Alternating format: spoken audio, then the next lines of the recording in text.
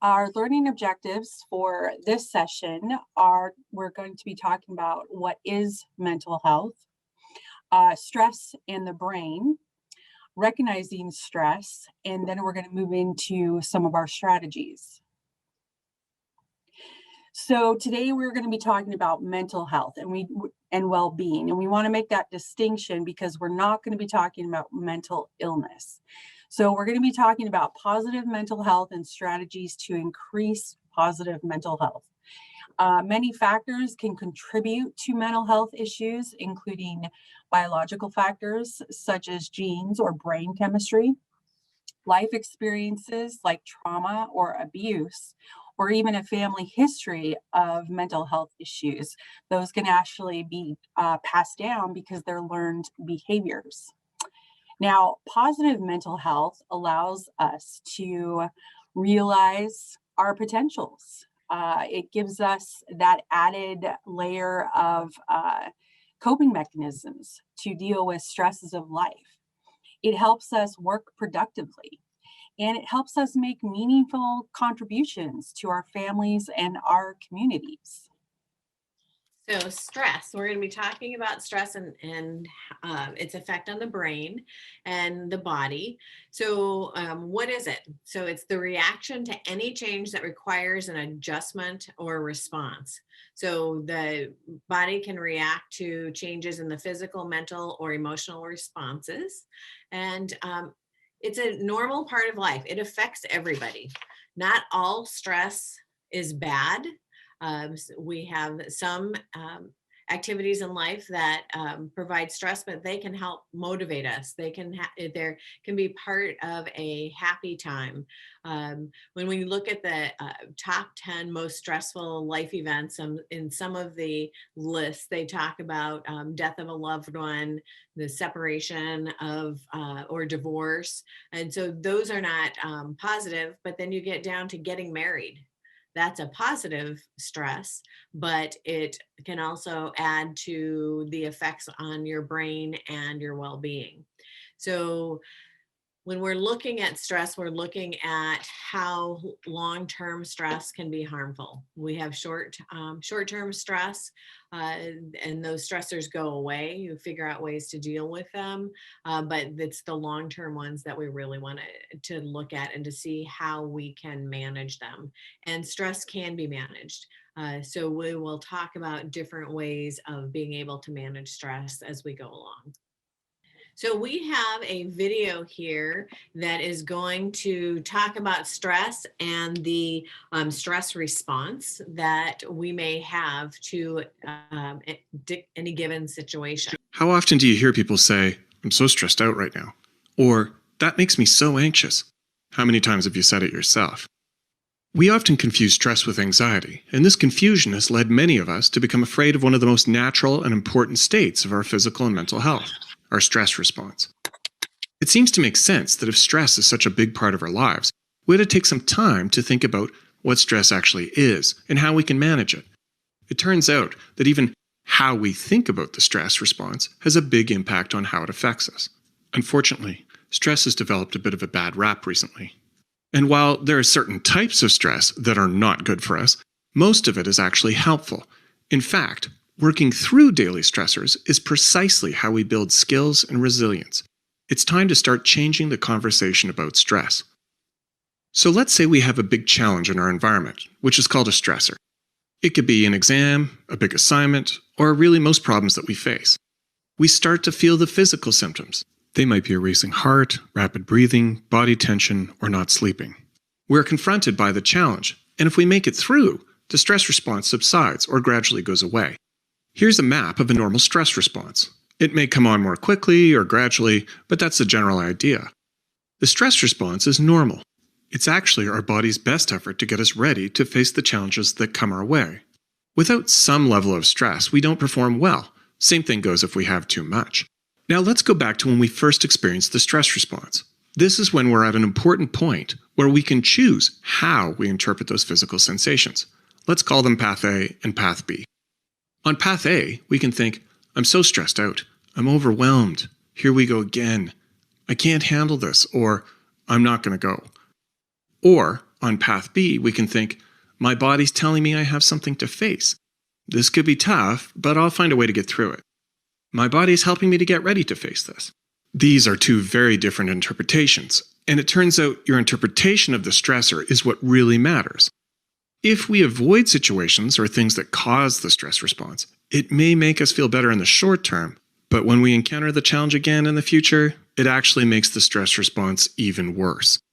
On the other hand, if you think through what's causing your stress response in the first place, what strategies or problem solving you can use to face the challenge head on, you will reduce the intensity of the stress response. This is how we adapt and learn new skills to use the next time. Although the path B way of thinking may not come as naturally, and facing stressors takes courage, the more you practice this approach, the easier it will become.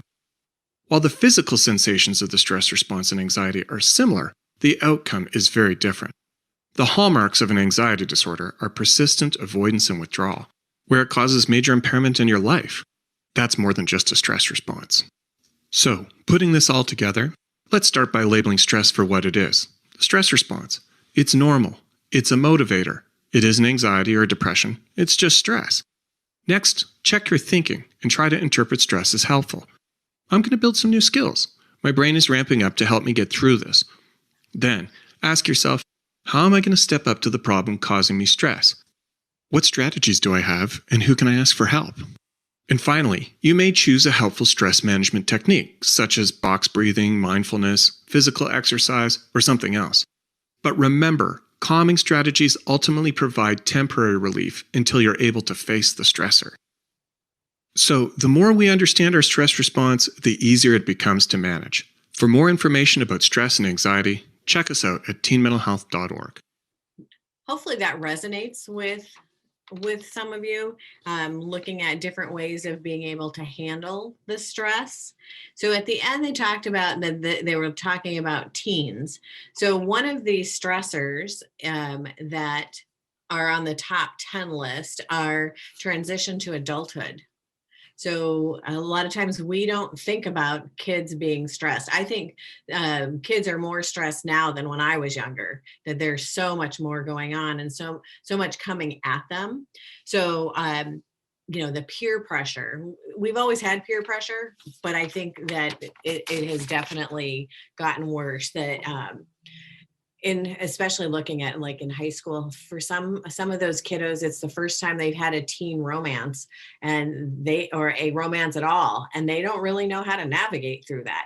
To us, it's like, oh my gosh, how can that be stressful? But remember when we were in high school? I mean, it was our whole life, our friends, and that person that we just thought we were in love with, dealing with the physical changes that kids go through.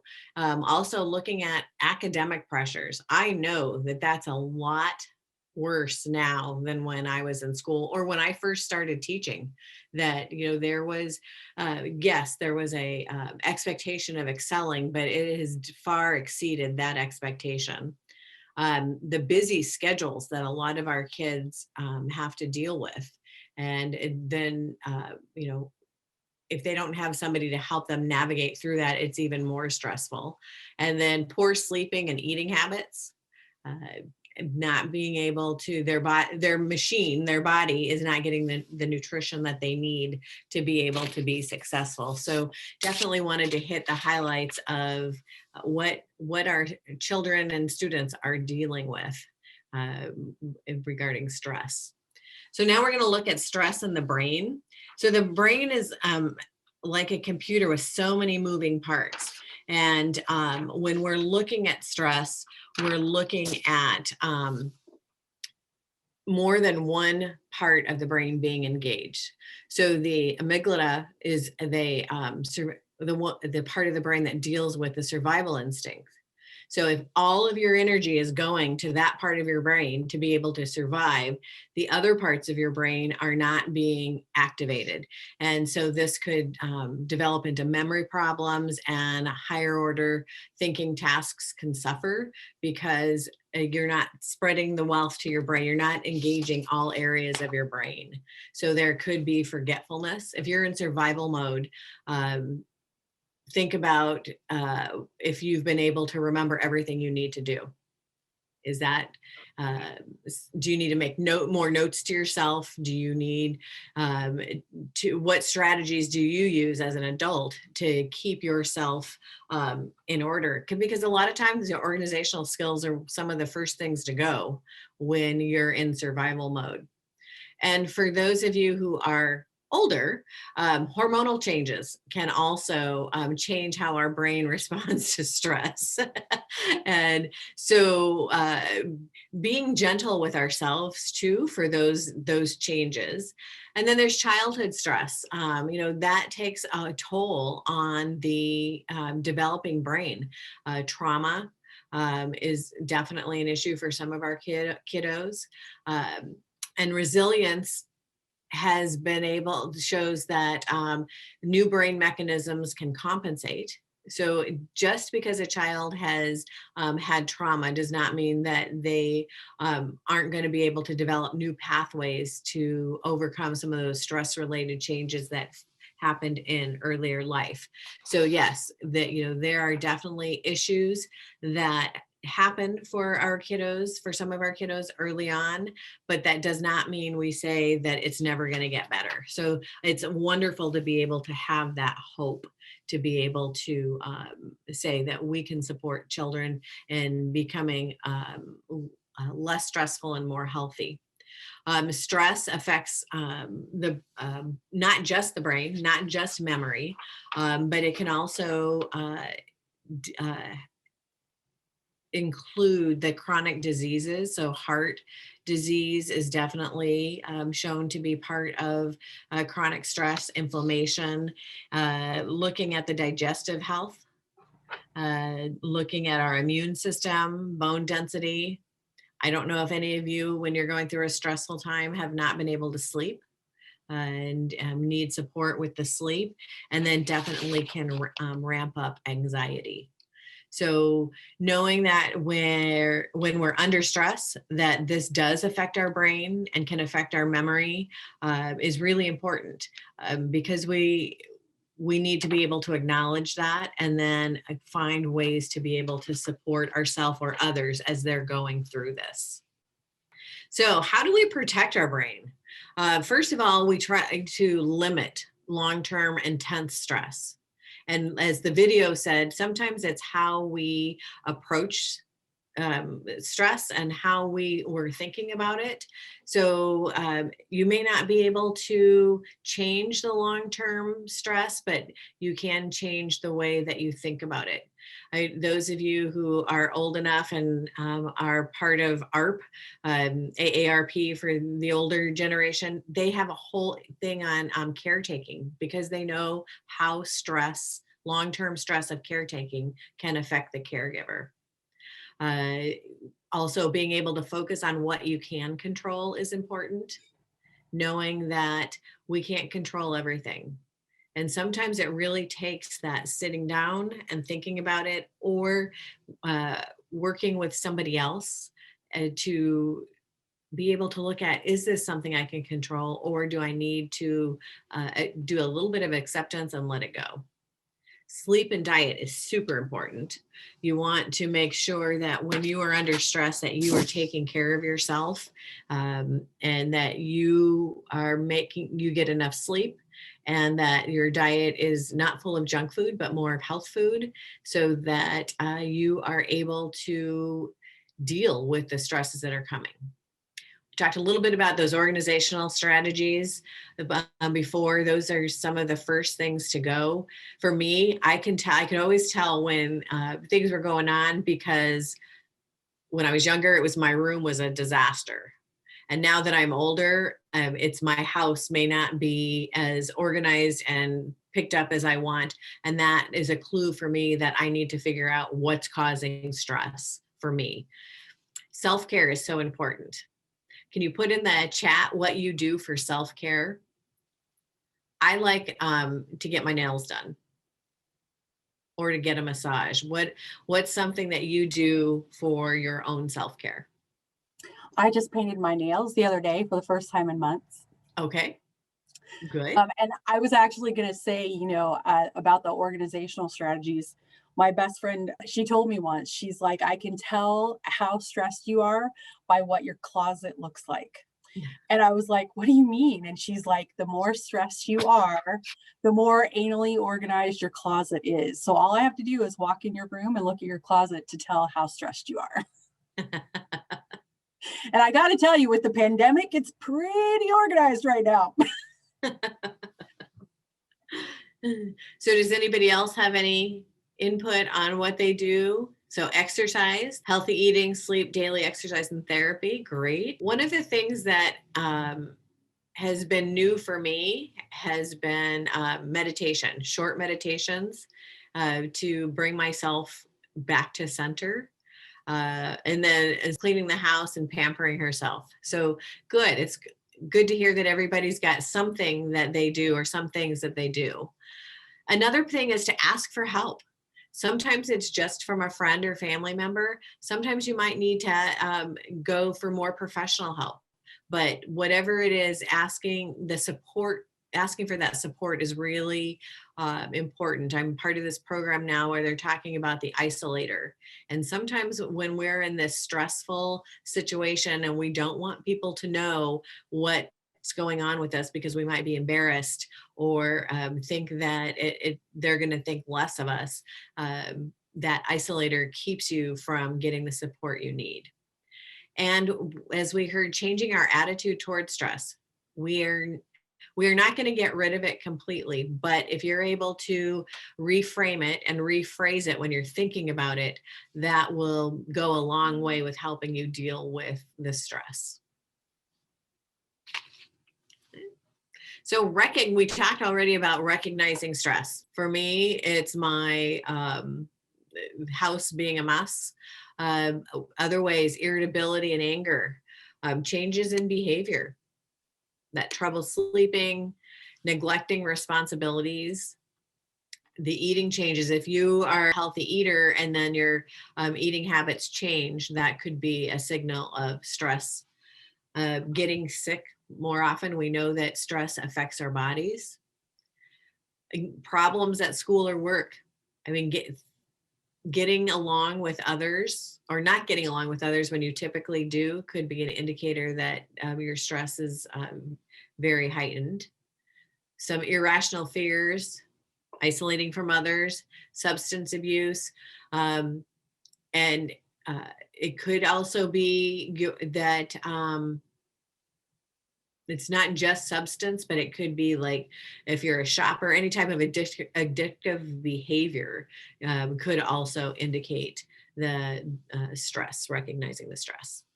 So I'd like for you to take a moment before we move on to the next one and reflect, how do you know when you're stressed?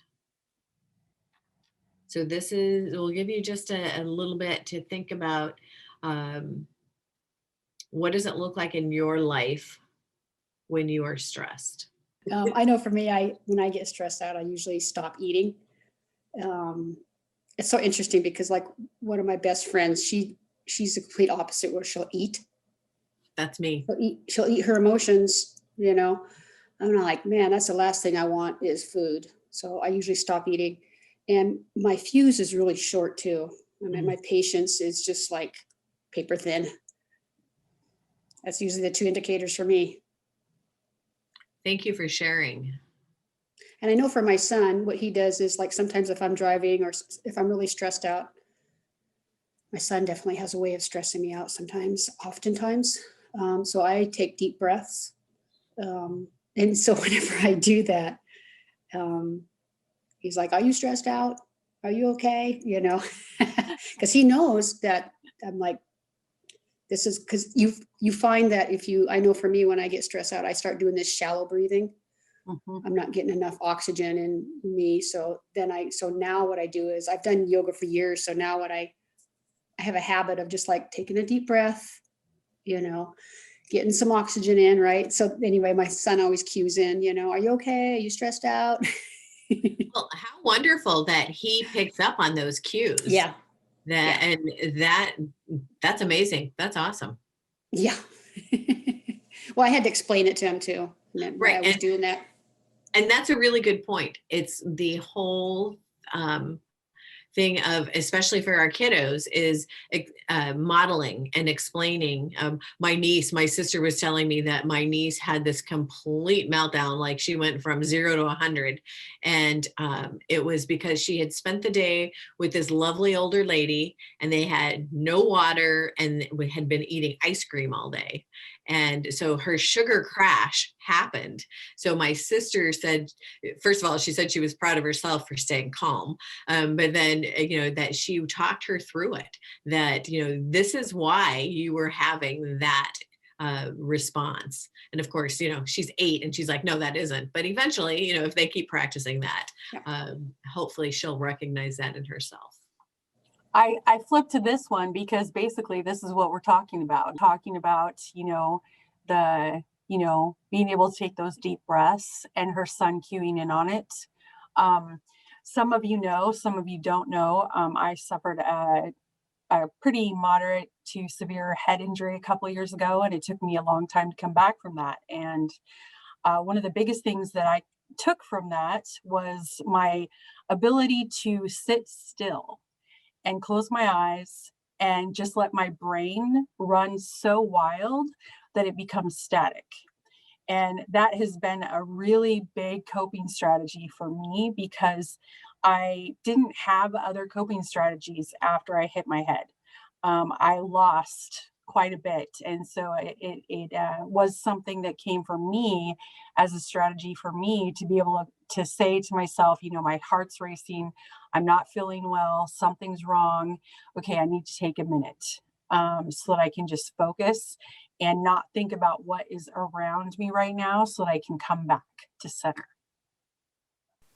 I think throughout my ages, I probably experience every single one of those, but like more recently, it's just trouble sleeping and feeling irritated on different things, like just driving through traffic, or waiting in line at the store, or rushing to get ready in the morning, and wanting to sleep longer because I couldn't fall asleep the night before. Do you have strategies for when you're stuck in traffic and it's irritating? What do you do? Well, I know that it's because of my poor planning. So I think I'm in the middle of transitioning, because I just moved into this new place and I'm trying to unpack, which is probably good stress, but at the same time, it's time consuming, and I haven't had a lot of time, but hopefully today I'll get some more stuff done. We should totally hook up. I love unpacking and packing. I do. I missed my calling on, organizational, helping people with, being an professional organization. There you go. That was kind of an ask for help and a response there. There you go. I know when I'm driving in traffic, if I get upset, there was a time when, my kids, when they were younger, I used to just pull over. If one of them was having a meltdown, because I couldn't drive if they were having a meltdown. Now they don't really have meltdowns. But it's a little different now that they're older adults. Like my son wants to have that discussion when I'm driving. He wants to talk about it. But I'm a true believer in the deep breathing thing as I'm driving, because sometimes you just can't pull over. Right. So I like just try to do effective, count in 3, whatever works for you, count out 3, kind of, breathe out 3. And usually that works, so I do that a couple, I try to, in my mind, I try to think I'm going to do it 3-4 times, but then I forget about it, because by the time 3 or 4 times this happens, we've moved on in the conversation or whatever's going on in the car at that time. But that because I find whenever, just like I was saying earlier, whenever I get stressed out, my breathing starts getting really shallow, and then for me, I have pulsatile tinnitus, so I hear my heartbeat all the time in my ear. So I can hear when my heartbeats start to ramp up. And that's when it starts ramping up, when I'm starting to feel stressed out. So then I just do the breathing thing. Because and they say women in general are shallow breathers. So if you just kind of remember that, I mean, it helps me so much driving in so many different situations if I feel stressed out. Even before I even had the problem with my ear and the pulsatile tinnitus, just trying to do the deep breathing. Because that, I don't know, for me, I just, started almost hyperventilating. And like my breathing got away from me. So some of the strategies for mental wellness and a positive mental health can be as simple as the deep breathing, which Kim has talked about. And they do actually have a recommended deep breathing regimen. It's called 5-3-7 breathing. It's breathing in for 5 seconds, holding this breath for 3 seconds, and then breathing out for 7 seconds. And that seems to be the ideal quotient for the deep breathing and helping to lower your, heart rate, bringing your stress back down. They do talk about radical acceptance. And this is the definition of this is completely and totally accepting something, whatever might be happening. So for example, imagine a tornado is coming your way. So obviously you can't do anything to stop the tornado. That's not possible. But you can accept the fact that it's coming. Then you can act, prepare, and keep yourself as safe as you can from it. So being as open to accepting as possible. Then we have opposite to emotion thinking. So this comes down to kind of, smile, fake it till you make it. You act in the opposite way your emotions tell you to act. So you're feeling upset or depressed and you have this urge to isolate. Opposite to emotion thinking tells us to go out and be around people, the opposite action of the isolation that you were feeling you wanted to do. And that helps get you out of whatever was stressing you and helps you reroute to a positive coping strategy. Then there's the 5 senses. This helps you be present in the moment. So we're in the middle of this class right now. But if you wanted to stop and be present in the moment, you could think to yourself, okay, what am I seeing? What am I smelling? What am I hearing? What am I touching? And not just your hands, but what are your feet touching right now? What is your body touching right now? And that helps center you and helps bring you into the moment and gets you out of that whirling kind of tornado of stress in your head. And then we have mental reframing. This involves taking an emotion or a stressor and thinking of it in a different way. And we did touch upon that just a little bit earlier. And then we have emotional awareness. If you live in denial of your emotions, it can take a lot longer to take care of them. So we have to be very open to feeling what we're feeling, because then we can actually tackle it and whatever is causing it. So if you're feeling anxious, let yourself be anxious for a couple of minutes. But then the coping mechanism comes in and says, okay, let's meditate or deep breathe. If you're feeling angry, let yourself be angry. Then listen to some calming music to try and bring your stress back down so you can actually see what the next steps are.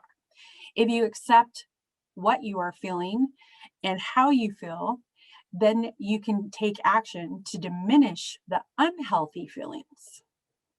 Anybody have any questions? Sorry, I was just going to say, one of the things that I do is for my daughter, she has a diagnosis of anxiety, has had it all her life. So one of the things that we do is with both my son and daughter, before we go someplace, I do a pre-teaching in the car or even at home. So like, for instance, if we go to Fred Meyer's, my daughter hates shopping. So we don't shop on weekends. We usually shop Monday through Friday, earlier in the day when there's less people. But what we do is before we go in, we're like, hey, we identify a place that is a quiet place at the store. So like at Fred Meyer's, it's a home electronics, if things start, so we're like, hey, if things start going, we just have a plan, right? If things start going where there's too many people or it starts getting noisy for you, go ahead and, go over to home electronics. You can text me, call me, and, I'll go ahead and finish up what we're doing and we'll take off, But anyway, just having that pre-plan on what we're going to do. And we do it all the time now, wherever we go, we have a plan on what we're going to do. If there's an earthquake, what are we going to do? We're all going to meet at, the music department, or, we have some kind of plan. And so that helps my daughter anyway, because she gets highly anxious. To have that plan in place, to know what's going to happen ahead of time. And it's always a very simple plan, something easy to remember. That is another coping strategy too for dealing with stress, is you're accepting what her limitations are and what she needs versus trying to make her fit into a mold that you had. And so that, I would assume that is takes a lot of the pressure off of you and her, because it's just who she is and it's fine. Yeah. That's awesome. So some of the things that we just talked about, like radical acceptance and emotional awareness, all of those strategies can be used for children and teens, but we wanted to be able to bring some things specific for children and teens as part of the strategies as well. So, closing your eyes and imagining you're in your favorite place. For years before my head injury, I had a favorite place. I would put this picture in my head. I went to Mexico one time and I got to sit on kind of a breaker wall and stared out at the ocean and right at sunset. And that was just like my total happy place I would go to. And so that helped me for many years, even as an adult. Thinking of your favorite things, that song from Sound of Music, just listening to that song can cheer me up, squeezing something like a stuffed animal or a fidget toy, those little spinners. A lot of kids actually get a lot of benefit from, the fidget toys and the squeeze balls. Slowly saying the alphabet or numbers. As a kiddo, and I didn't recognize it at the time, but I come from a large family. I'm the oldest of 6 children. And when I would get stressed in school, I would actually slowly write out the full name of every one of my family members and their birthdays and their ages, because it helped bring me back to center. I didn't recognize that's what I was doing at the time, but my brain came up with that as a way to cope with the stress I was having in school. So, of course, pets. And pets have been a big, big comforter for all of us during this pandemic. The pet ownership rate has gone up. And I actually saw a cartoon the other day, it's 2 humans talking about 2020, and they're, like, it was the worst year of my life, and all this stuff happened. And then it has 2 dogs talking, and the dogs are saying, yeah, 2020 was the best year of my life. My human stayed home the entire year, and so it's all about perspective.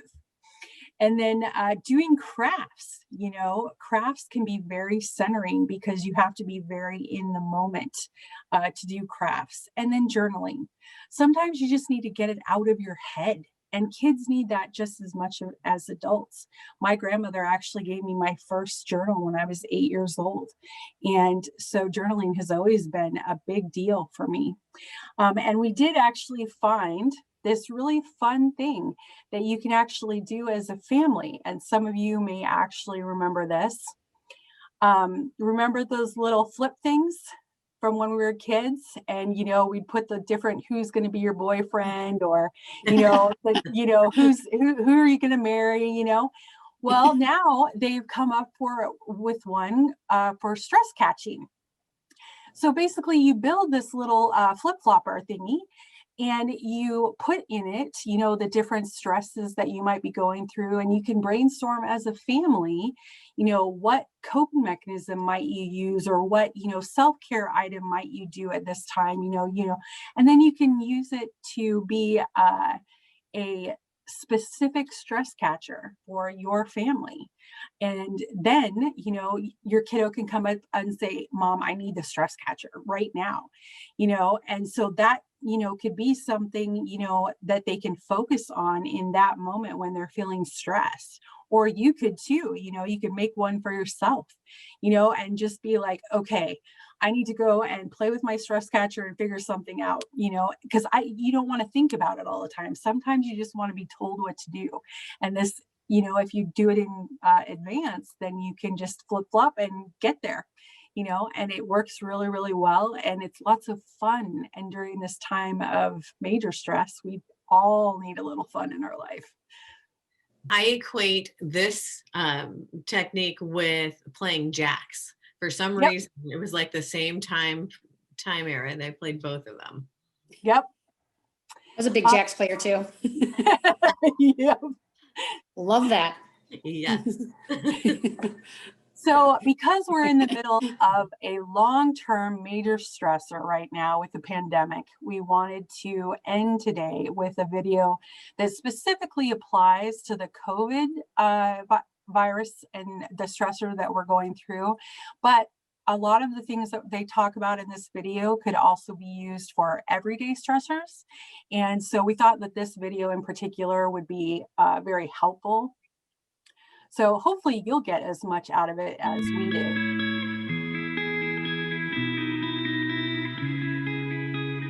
When we face a crisis of any sort, fear and anxiety are inevitable.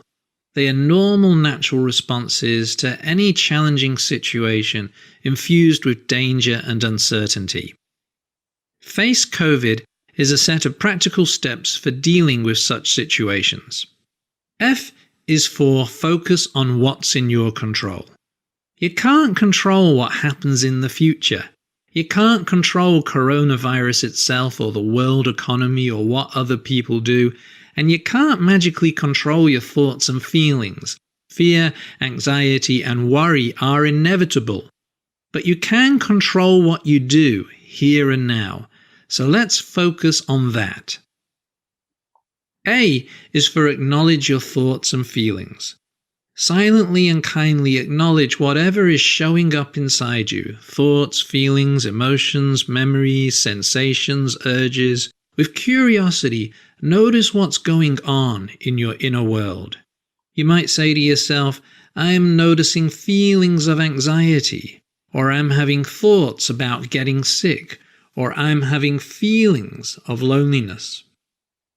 And as you continue acknowledging your thoughts and feelings, bring in the next step, which is C, come back into your body. Find your own way of connecting with your physical body.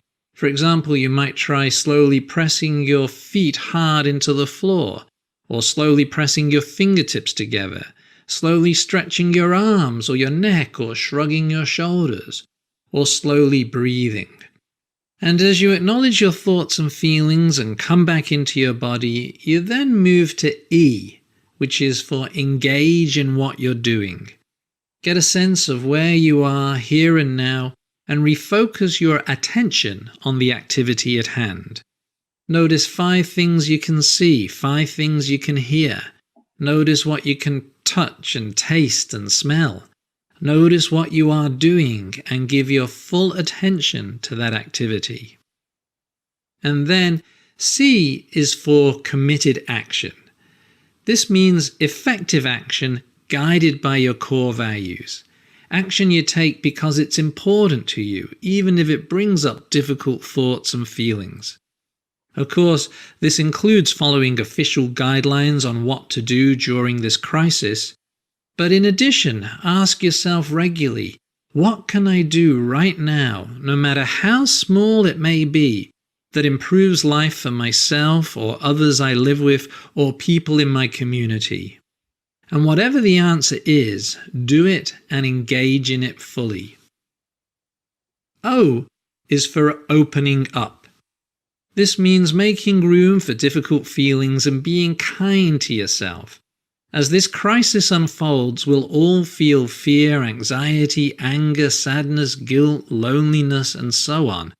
We can't stop these painful feelings from arising, but we can open up and make room for them.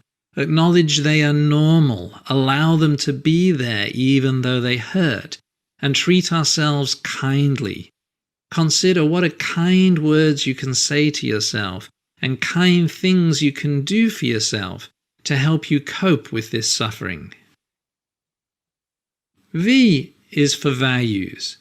Committed action should be guided by your core values. What do you want to stand for in the face of this crisis? What sort of person do you want to be as you go through this? How do you want to treat yourself and others? Your values might include love, respect, humor, patience, courage, honesty, caring, openness, kindness, compassion, or numerous others. Look for ways to sprinkle your values into your day and let them guide and motivate your actions. I is for identify resources. Identify resources for help, assistance, support, and advice. This includes friends, family, neighbors, health professionals, and emergency services. Make sure you know the emergency helpline phone numbers, including those for psychological help if required. D is for disinfect and distance. Remember to disinfect regularly and practice physical distancing for the greater good of your community. Please run through the steps of Face COVID as often as you can for the benefit of yourself, your loved ones, and all the people in your community. As I've said, my name is Anna, and most of my life, I did not like my name. I just never really felt like it suited me. And I always knew what the definition of my name was. It means full of grace, but I didn't know what that meant. And it took this year in particular to really settle into my name and what it means and learning what grace is. And grace is giving yourself a break. When you're in those moments of stress, when you're in those moments of, oh my goodness, what do I do now? Give yourself a break. Give yourself the benefit of the doubt. Give yourself the opportunity to be better and to effectively and actively control or, cope with what you're dealing with. So I hope that this presentation has helped you guys as much as it helped me putting it together. It's been very educational for me to do this as well. Does anybody have any questions? I think it was a good presentation. I like that little stress catcher thing. So is that something you're gonna, it's so funny because we used to do that when we were kids, and like who are you gonna marry? Is it gonna be? And so we have a bunch of different videos. We have a bunch of different publications here for coping skills. So there's all kinds of stuff to help you. Yeah. That one's going to bring back some serious memories. Right? So, So I'll tell you guys the secret.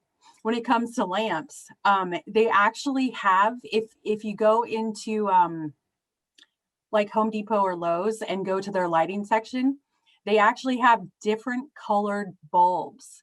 And so I've always wanted my bedroom to be very calming and soothing. So I actually found pink light bulbs. Oh. And so I put the pink light bulbs in my nightstand lamps.